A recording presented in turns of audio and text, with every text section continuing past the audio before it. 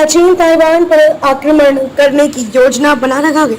बढ़ते तनाव के बीच बीजिंग को रोकने के लिए अमेरिका ने प्रतिबंध पैकेज पर विचार किया।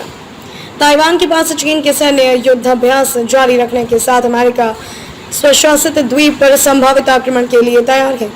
कथित तौर पर पश्चिमी देश बीजिंग पर हमला करने से रोकने के लिए उसके खिलाफ प्रतिबंध पैकेज के विकल्पों पर विचार कर रहा है। इस बीच ताइपे ने यूरोपीय संघ पर भी इसी तरह के उपाय करने के लिए दबाव डाला है। सूत्रों के हवाले से रॉयटर्स की एक रिपोर्ट के अनुसार वॉशिंगटन और ताइपे में यूरोपीय संघ के दूतों की अलग अलग पैरवी पर विचार विमर्श प्रारंभिक चरण में था।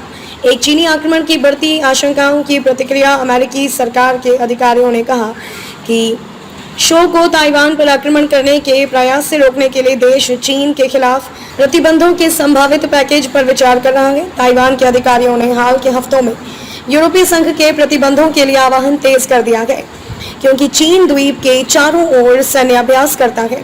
हाल ही में एक चीनी श्वेत पत्र जिसने बीजिंग के द्वीप पर नियंत्रण करने पर सैनिकों या प्रशासकों को ताइवान नहीं भेजने के वादे को वापस ले लिया, यूरोप के साथ अपने प्रयासों को फिर से शुरू करने के लिए प्रेरित किया।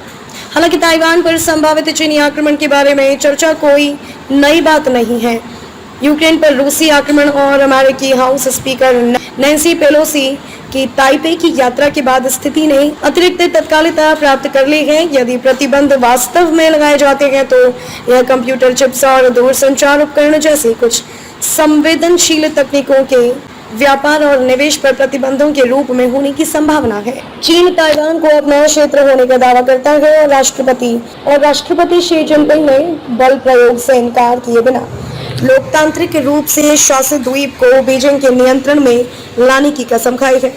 ताइवान की सरकार चीन के संप्रभुता के दावों को दृढ़ता से खारिज करती है। पिछले महीने पेलोसी की यात्रा के बाद एक उकसावे के रूप में देखा गया, चीन ने द्वीप पर मिसाइलें दागी और अपने अनौपचारिक समुद्री सीमा के पार युद्धपोतों को रवाना किया।